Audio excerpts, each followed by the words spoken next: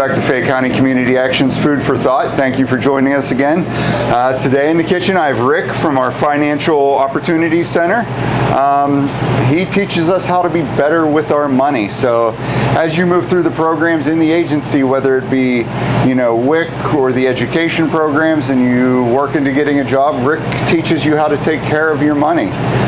So we're gonna do some cooking as usual. Today I'm gonna make a lightly breaded, lightly pan-fried pork tenderloin, some balsamic roasted Brussels sprouts, and some rosemary thyme potatoes. So, Rick, I'm going to get started on a couple things here because the Brussels sprouts do take a little bit, but why don't you tell us what exactly your program does? I gave a brief overview, but yeah, definitely. I'm sure it's a lot more in-depth than that. It is a lot more in-depth, but well, the Financial Opportunity Center, what the program does is I help pretty much the whole area. It doesn't matter what your income level is. I help you with your budget. I help you with your credit building skills. I help us with your employment skills. I help find ways to save. What happens with a lot of people is they possibly may have a financial planner in the past, but they don't really know how to budget. And learn how to budget money and save money, well, that takes a skill. So I help them with that skill, and I help them learn and develop so that they can hit their goals. Perfect. So yeah, just because you're making the money and you have the money doesn't mean you know how to keep some, spend some, what you need to spend it on, what you don't. When I teach them, I'm like, oh my, I need to work on that myself. So it's helped me as well. That's the cool part. Yeah, that's great. So I just covered these in a light olive oil. We're going to do the same thing with the potatoes, so we're going to use the same bowl for them. But we're going to throw, there's the pepper, a little bit of pepper.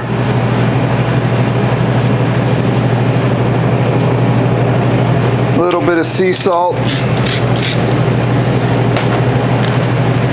So like I said, lightly olive oiled. Those are fresh Brussels sprouts. They're going to go in the oven at 375. They're probably going to need about 45 minutes. I prefer to buy the small ones when I'm at the store. They did not have those, so these are all pretty large. But we're going to get those in there. While those are in there, we're going to get the potatoes started because they're going to take a little bit of time too. So we bought the fresh thyme and the fresh rosemary. Now the key to aromatics and fresh herbs is you got to break them up a little bit. You got to get the oils out and get the aromatics out. I don't know if you can smell it now that I started rolling around. Yeah.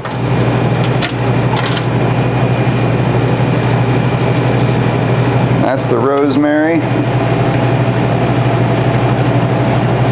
We're going to do the same thing with the thyme. Like I said, you just want to break it up a little bit.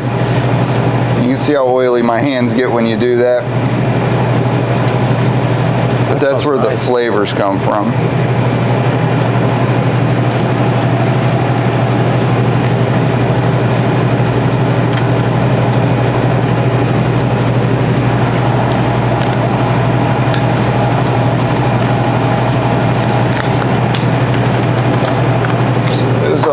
And we're going to do the same thing we did with the Brussels sprouts. Again, just a little bit of light coating of olive oil. Get them all mixed around in there. We're going to throw a little salt and pepper on them and get them in the oven. So Rick,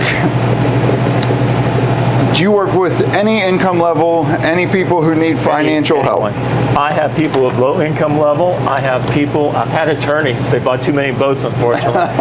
And unfortunately, they have high income levels, but they have no idea exactly where their money's going. And I really show them exactly how to start setting goals, because that's the main thing with coaching. I'm encouraging them. The way I look at coaching is like, I'm the coach, you're my star player. I want to get you to the championship game so we can win it. And when they come in that way, they're feeling like they're in charge. That's the cool part. And because they've been told what to do, it's like, they know that their credit's not good. They know their expenses are not where they should be and everything.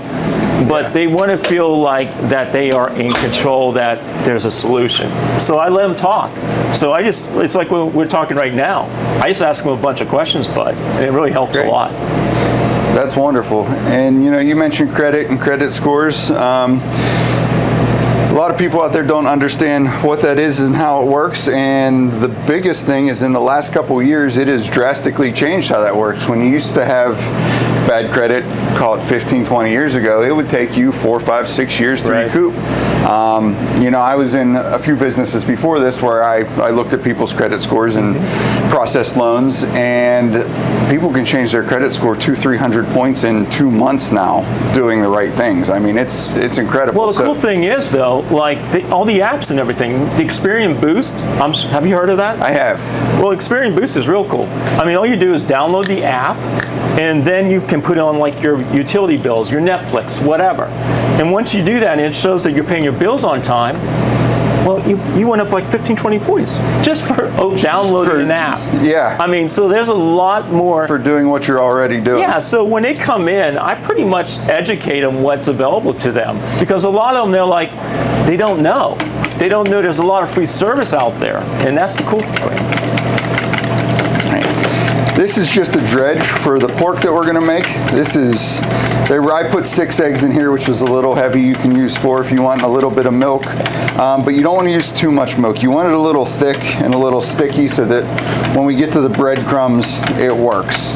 We're going to get this mixed up here.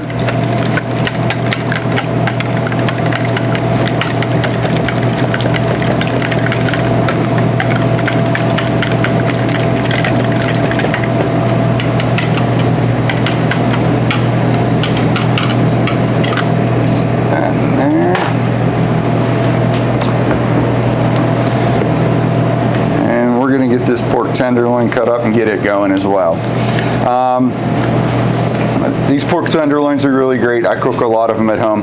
They usually come 2 in a pack. You can get them for under $12. Super tender, cooked right. They stay super juicy.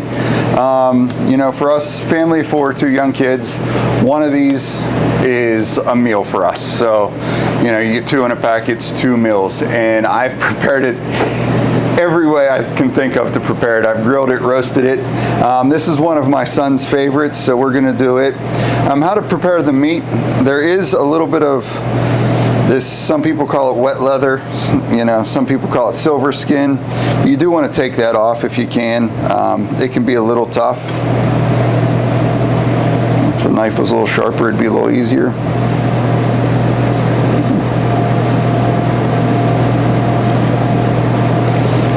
So once you get most of that off,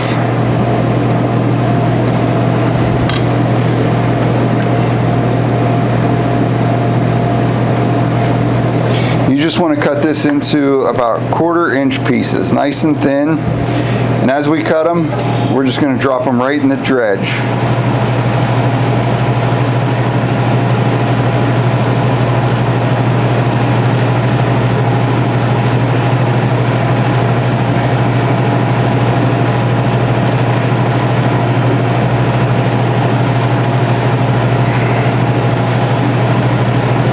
So Rick, if people want to come see you, can they make an appointment? Do you do anything outside of the agency as far as going to visit? I go to local businesses. Okay. I sometimes even one thing is like when I went to school, we never talked about like budgeting or anything. So I go to the high schools and then I talk to them about okay, here's how you balance a checkbook. Here's what they don't know what a check register is, but it helps them in the beginning because I have a lot of young clients, Bud, and their credit scores starting out because unfortunately they didn't use it properly, maybe like around 400 to 500. Well, when you're behind the 8 ball to begin with, it's tougher. Well, yeah. So once they have that education when they're young, then that way they are prepared for the future even more. Yeah, that's, starting out, you're not making the money or the salary that you're eventually going to and want to, and then if you have to buy something and your credit's poor, your interest rate's 18% instead of 7%. Believe me, I know. I remember when I first went to college and everything. It's kind of funny. I got my first credit card. I went up to Penn State and I'm like, man, it was like a $2,500 credit limit. I'm like, all right. And I had a girlfriend, So I'm thinking, okay, I'll buy my books and everything. I'll do the right thing. But then I did not all do the right thing. We went out some nice places and stuff. And then I got my first bill and I was like, I can't pay this. I'm a college student. So I go to the bank of my parents and they said, Rick, you're an adult now. We are officially closed. So that was the learning in a hard way. So I ended up getting another side job and everything. Because it was like, uh-oh, how am I going to pay this bill? I'm like, interest, what's that? And they seem to love to give those college students that $2,500, $3,500 credit card. Oh, yeah. So we're just going to prepare the breading for the pork now. It's just plain breadcrumbs. You don't need this many. It's just easier to show you guys how to do this in a larger pan. So we're going to add some pepper here. For as big as this pepper shaker is, it doesn't work great.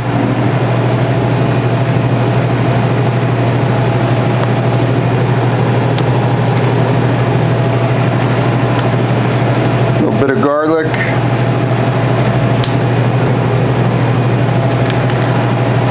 Oregano,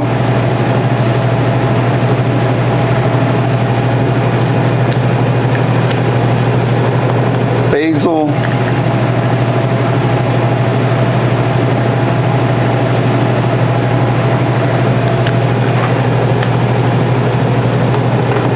and parsley. You can use fresh parsley if you want. I found the dried actually fries a little bit better. That moisture in fresh parsley tends to make the oil snap and pop all over the kitchen. And let me grab some salt real quick.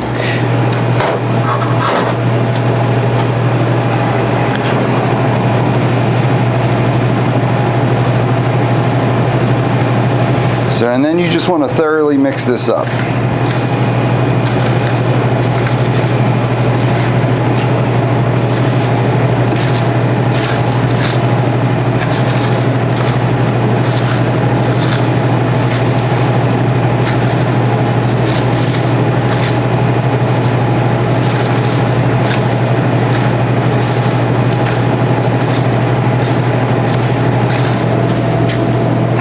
So what we're going to do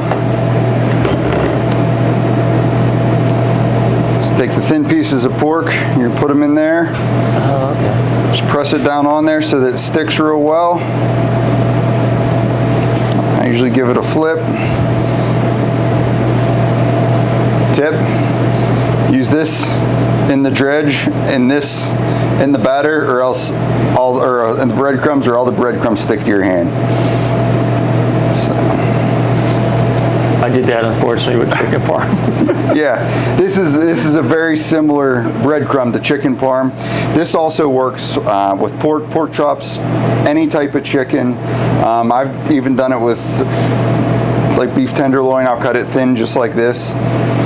So it is very versatile. I use this to make chicken tenders for my kids. But I am going to stay at this and I'll get these all breaded, and when we come back we'll move on to how to cook it, and we're also going to make a quick little pan gravy to go over it. So we'll see you shortly.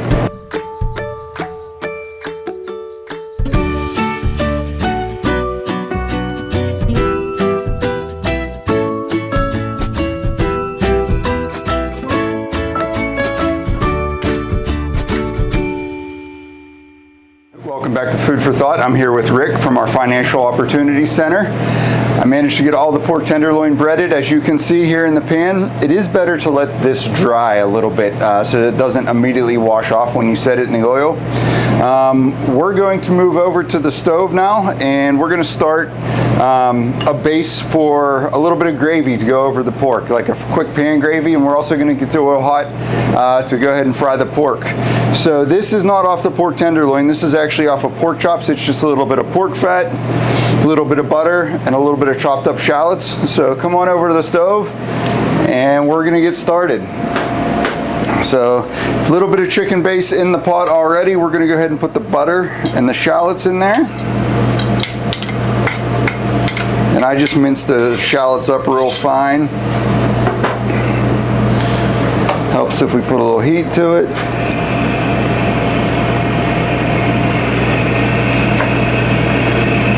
And And then again, just the pork fat. I know, sounds terrible, but trust me, it's what gives it flavor. That's going to build the base of our gravy.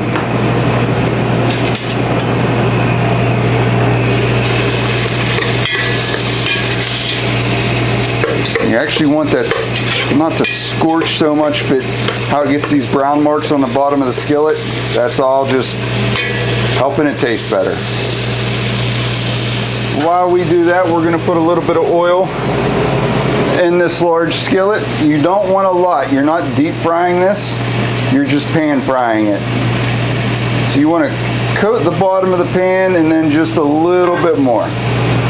And as we go through frying it, we may need to add some more, but you want to start out here. Again, if it's too deep and you deep fry it, it could either turn out really good like most deep fried stuff is, but what's more likely to happen in this type of pan is you wash all the batter off, it goes to the edges and burns while the meat just sits and cooks with nothing on it. So, maybe.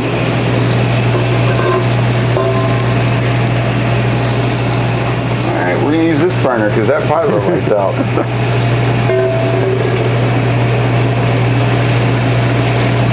So we're going to let that go ahead and get hot. Again, we're going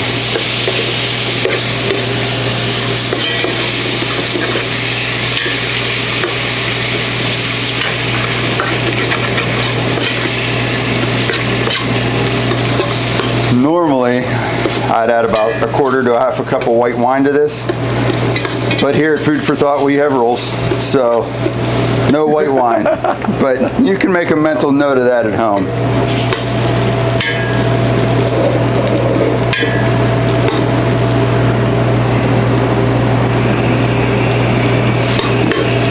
What we're going to do now is we're going to let this pan get pretty hot.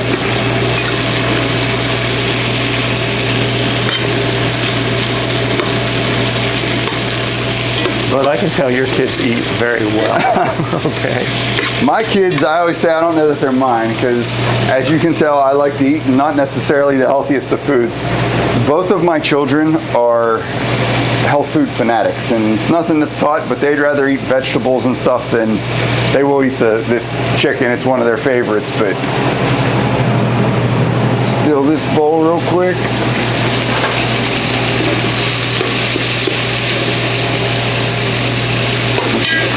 A little bit more. We're going to start to pull some of this out of here. I said you just want that rendered fat and some of the juices from this in there.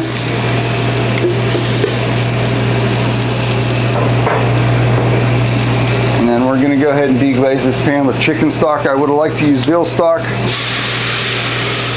but unfortunately they didn't have any.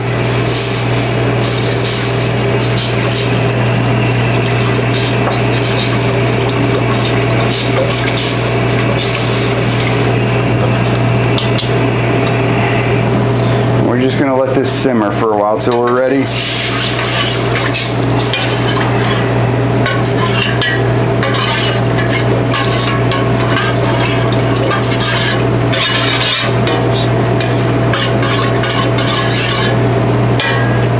Now the chicken stock, that just adds to the flavor? It does. It does. It's if you use just water, it'd be a little bland. So I use chicken stock again. Normally I'd use veal stock for pork, but this will work just fine. It'll still give it some of that fat and juice flavor. Okay. Nice. So, Ricky, what is I mean, we know we want to make everyone financially responsible, financially stable. We want to help them learn how to use their money, but is that the end goal? Is just... No, that's not the end goal. The end goal for all my clients is for them to be their own financial coach. So that would be the ultimate goal. I have had a client or two that have achieved that, but that's their end goal, so that they are knowing how to do it their own responsibly, because I can't be with them 24/7, you know. And the nice thing about it is, by me educating them and showing them different ways, it really helps them find a path. Because the way I show them is, like, when they first come in, I say, I don't have a crystal ball, you know, I don't have some magic potion, like, boom, you got 800 credit score, boom, there you have the best house and everything, or a Ferrari. You know, if I did, I'd be throwing a crystal powder myself.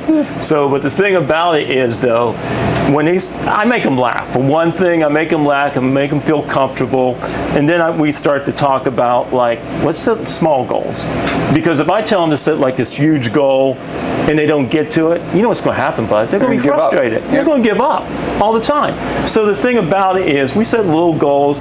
Then once they reach that little goal, we just move up to a little bigger goal. And it's like little baby steps and everything. So that way they feel comfortable and they know they're on the right path. Good.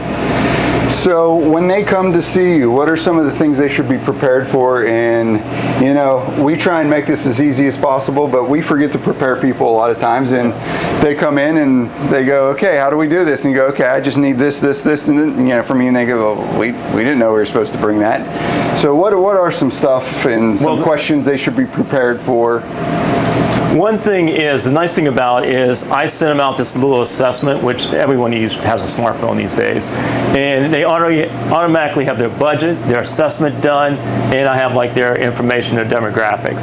Only thing is, like, for me to pull their credit is I just need their ID. Okay. And so it's real easy, because a lot of steps are already done, and if they don't do it, because I do have older people that want to do everything manually, you know, and they're just not comfortable, which I get that. Yes. Then what I just say is we'll work together, and if they have any questions, I call my place in the back and everything, bud, with my office and everything, because I'm separate from housing. I call it the Bat Cave, because I'm back there by myself. If there's a fire, I'm like, hopefully they know where mine is. Like, Rick's in the back there, you know. So the thing about it is, it's nice, quiet, it's comfortable, and so they feel relaxed. So I just let them talk, and I'm like, hey, you know, what's your plan today? What would you want to accomplish today? And then they just start talking, and they're like, Rick, you're not judging me. And they love that, because I'm not judging them. I just want to see what their issue is and start working together as a team. And I think that's one of the challenges as project managers here is we are here to help. We're not here to judge. We don't judge people. We've seen people from all walks of life, and we just want to help our clients improve their lives, make their lives easier, first and foremost, and then better on top of that. Like you said, build from one step to the other. When they accomplish something, I have this elderly lady and everything. She lives on a fixed budget. But the thing is, she has learned to be more aggressive, like with her cable. She called up her cable and said, hey, I've been a good cable customer for a long time. I want a lower rate. I'm going somewhere else. That's well, great. Now her lower rate, she's saving $40 a month. Oh, I'm telling you, when you're saving $40 a month on a fixed budget, you add that over a year, that's big money. Yeah, you know? exactly. So, that's, you know, almost $500 a year. yes. So it's nice. So they learn how to be like their own coach. Yeah, yeah. Our oil's ready, so you can see these have dried out a little bit, which is good. It's not going to just wash the breading off. And you just want to gently lay them in here. And as they cook, I'll show you what you want to look for. These don't take long to cook, so don't expect them to be in here for 10-15 minutes. We're looking at maybe 3-4 minutes aside.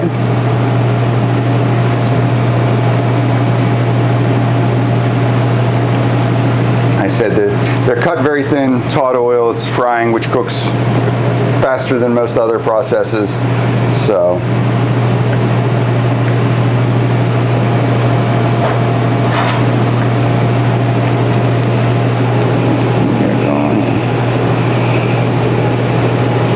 Make sure our gravy's staying warm.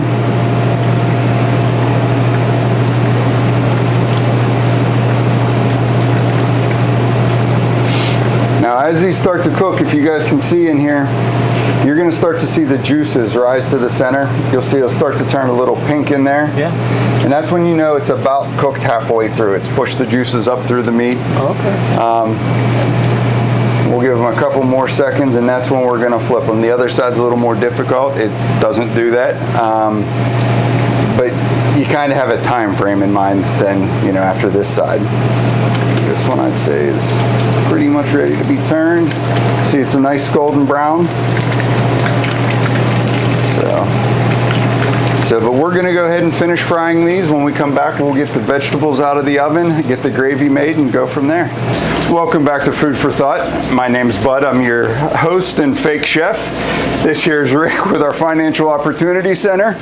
Our pork is almost done. I'm getting ready to take it out of the skillet here in a second. Then we're gonna get the vegetables out of the oven, move on to our gravy, which is almost where we want it, and we'll be set. So again, you want to, this pork doesn't take very long, 2-3 minutes on each side. You want it to have that golden brown texture. It's very thin, so it will be cooked through. We're gonna pull these out. I give them a little shake just to make sure all that grease isn't sitting on them in the pan.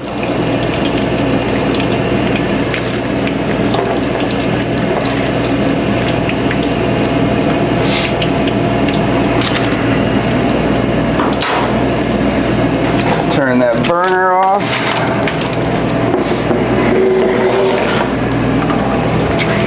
And we're gonna go ahead and pull these out.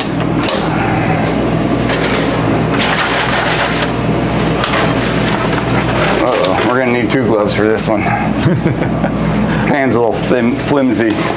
So you can see, I got roasted all that herbs, Brussels sprouts. Now with the Brussels sprouts, you can buy this in any store. It's just a balsamic glaze. We're just gonna drizzle that over the top of them. Oh, man.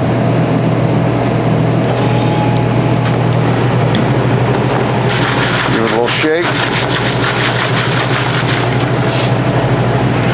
Now we're gonna head over to the stove and start our gravy.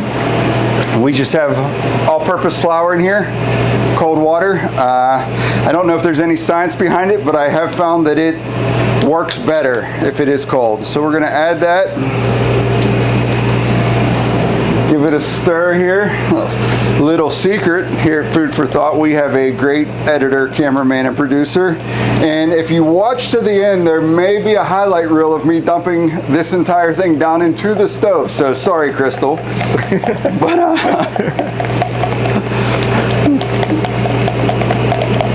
you just want to stir this real good so there's no lumps. And again, all that is flour and water.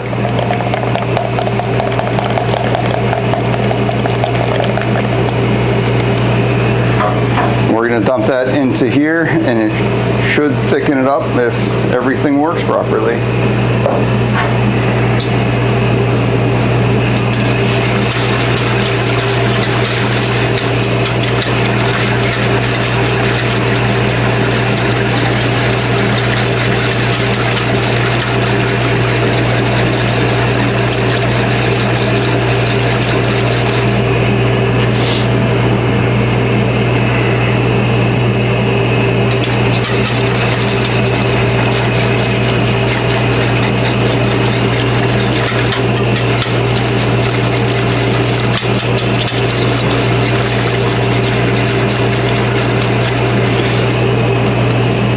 This get back to a boil,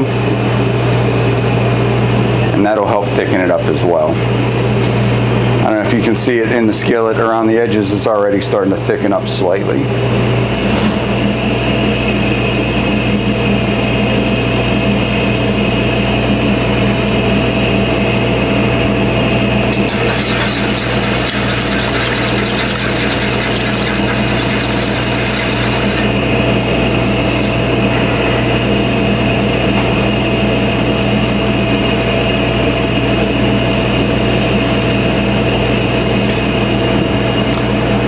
Mess to clean up.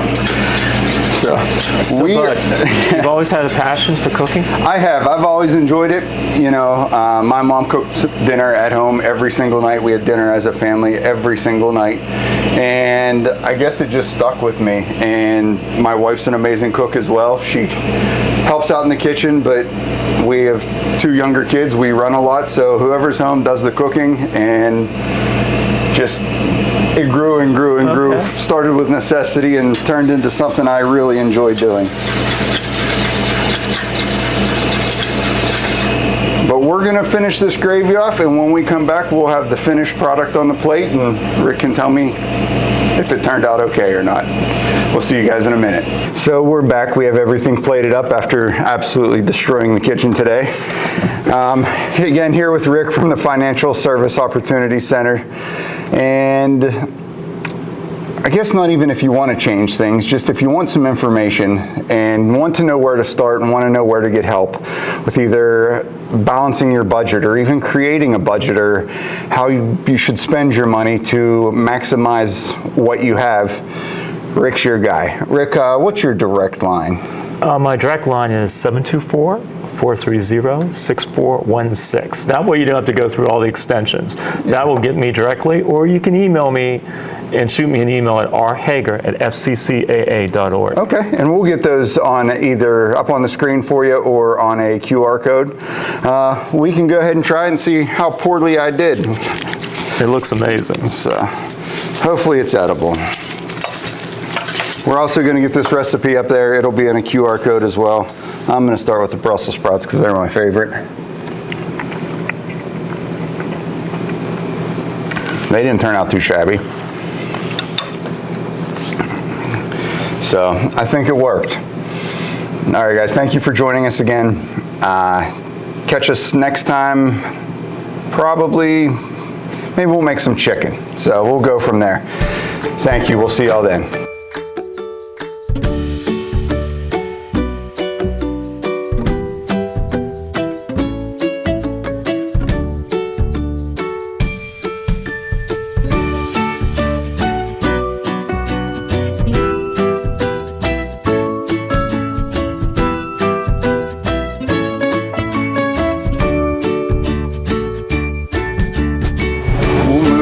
Back over and finish up the gravy. We want to bring this to a boil, which it is.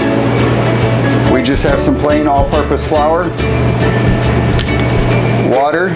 You do want it to be cold. Cold water seems to work better. I don't know if there's any science behind that at all. Just something I've noticed.